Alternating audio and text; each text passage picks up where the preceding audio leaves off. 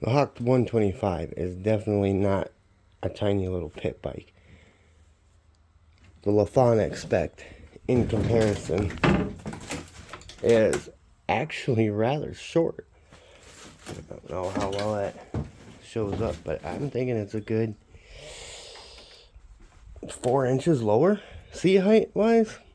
So both have 19-inch front wheels, 16-inch front or rear wheel, 17-inch rear wheel.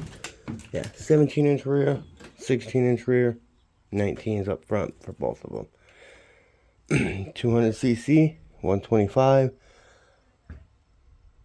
This one's going to out torque this one, it seems, and this one's going to out top end that one.